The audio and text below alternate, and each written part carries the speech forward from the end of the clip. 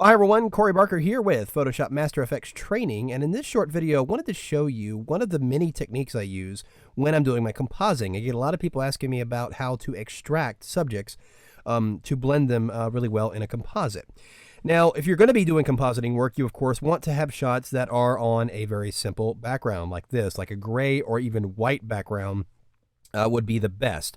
When you're doing still images, I would not recommend green screen. That is a video thing. Green screens are actually a little bit more difficult to extract in Photoshop than you might think. So compositing images that were shot on a gray or white background is what I would recommend. Now, in some cases, you might have a photo that's got a really chaotic background and a lot of things going on. However, this technique I'm about to show you is the same technique I use for that. It just requires a little bit of tweaking as you do it. But the technique, the overall technique is basically the same. So I wanted to show you this subject here I've got on this gray background, and looks like it would be relatively simple, but there's a lot of hair, and stray hair is just going around here that would normally make things pretty difficult, but there's actually functions in Photoshop to deal with this. Now, the tool I'm going to use, and the one I use the most often, is the Quick Selection tool. Now, how you make your initial selection is really up to you. If you have another tool that you're much more comfortable with, then by all means go ahead and use that. With the Quick Selection tool, it actually detects the edges of your object as you just click and drag and paint around the subject here. And you'll notice it snaps right to the edge now. Now, when it comes to the hair, I want to include as much of the hair inside of the selection as I can, but don't go too much on the outside there. Something like that I think will work just fine. So just look around and make sure that you've got your subject all selected. And I'm just going to deselect just to show you another method. When you are generating a selection, look at the overall image. If your background is much simpler than your subject, then you might find it easier to select the background itself and then inverse your selection. Like in this case, I'll just take the same Quick Selection tool and just paint around the background. And it does just what I did a moment ago, except look how much quicker that was. And now all I need to simply do is just go under the Select menu and choose Inverse. Now, we have the base selection made. Now you're going to go up here into the Options bar and click on the Refine Edge button. And you'll get the Refine Edge panel here. Now, what you'll want to do first, especially in the case of a subject with hair like this, you'll notice that it cut off the edge of the hair. Very harsh edge, too. Now, you can change your view mode, how you are viewing the object, if you want to look at it on a white background. It really depends on the nature of the subject itself, but I'm going to go ahead and leave it on the transparent layer here. Now, you're going to go and get the Refine Radius tool. Now, you want to use your bracket keys to make your brush really a fairly good size.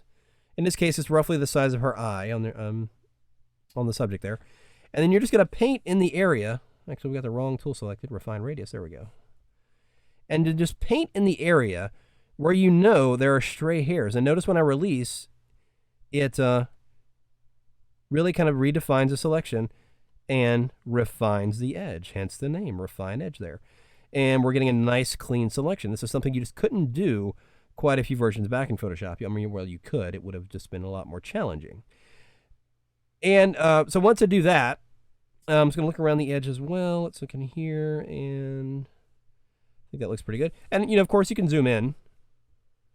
So zoom back. Let's move out here a little bit and move it around. You can see that we've got a really good selection here. Now, there might be some areas where it's a little too much, a little bit of transparency in the hair. That's no problem. One of the things I'll do after I've done my Refine Radius tool is go over here to the edge detection and then just kind of push the radius slider in just a little bit just to help clean up some minor, small details that I might have missed along some of the other edges of the subject as well. And then you'll go down to the Adjust Edge. Here you can do some further refining or adjusting of the mask that has been created. The one I use most often here is the Contrast slider. Now I'm going to do it an extreme measure just so you can see the effect here, but watch the edge of the hair here as I push this Contrast slider even further over. You see it tightens up that selection and makes it a little bit more refined there. Don't want to do quite that much. I'm just going to nudge it in a little bit, about 3 or 4. I think we'll be fine. And then we're ready to go ahead and output. Now, down here in the output section, you've got the decontaminate colors. Here is where, if you are in fact have a subject that was shot on a green screen or another colorful background, tends to color tends to spill over on the subject sometimes around the edges, and that's what this feature here is for, this decontaminate colors. So in this case, it is not a problem because it was shot on a gray background. But you would simply just activate it by turning on decontaminate colors, and then just you move the slider depending on how much of that you want to compensate for. And then finally, you're ready to output it. Now, when you're ready to do that, you have a number of choices. You can do selection, bring it back as a regular active selection, layer masking, a new layer with layer mask, or even new document and document with layer mask. Most of the time, I'm doing new layer with layer mask because I'm always going to be wanting to do some refining after the fact. So I'll go ahead and do that and click OK. And you'll see it goes ahead and creates a new duplicate layer and applies the layer mask based on our refined selection. Now, if I option click right on the layer mask itself, it will reveal that subject or the layer mask in the window. And you'll notice you can see those subtle transparent areas that are in just a little bit too far. Not on the extreme or on the edge here, but right inside here, some areas we want to take care of. Now, here's a cool trick. Go and grab your brush tool. Make sure the brush is in overlay mode, and you want to make sure it's a regular soft edge brush here. Just a regular round soft edge brush.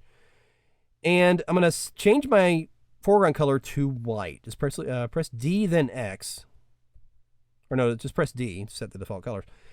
Now, when you're working on a layer mask like this, and when your brush is in overlay mode, if I'm painting with white and I click and drag and push outward, it'll force a lot of that area to gray, but I haven't released my mouse yet. If I continue to go all the way over, it cleans up the contrast, but does not affect the black background. It actually ignores that black background area. Now, in order to see this change happening, you can see it on the mask, but I'm going to option click the mask again to bring back to the image. Now, I'm still painting on the layer mask itself, as you'll see in the layers panel here. And painting in white in that overlay mode, I can actually bring back the edge density of that hair just by pushing in a little bit here. And I know for a fact it's not going to go into the black area background, and it's going to give me a nice clean edge on that subject there. And now we've got our subject with all that chaotic hair nicely extracted and ready to go ahead and apply to a new background, and it's going to blend pretty well. And you can just continue to design that way. So again, this is just one of the many, many methods there are for selecting and extracting subjects. And I'll be posting more videos here on the YouTube channel, just little quick techniques for extracting and compositing, which is a big part of what I do over on my main training site, which is mastereffectstraining.com. So I hope you guys check that out.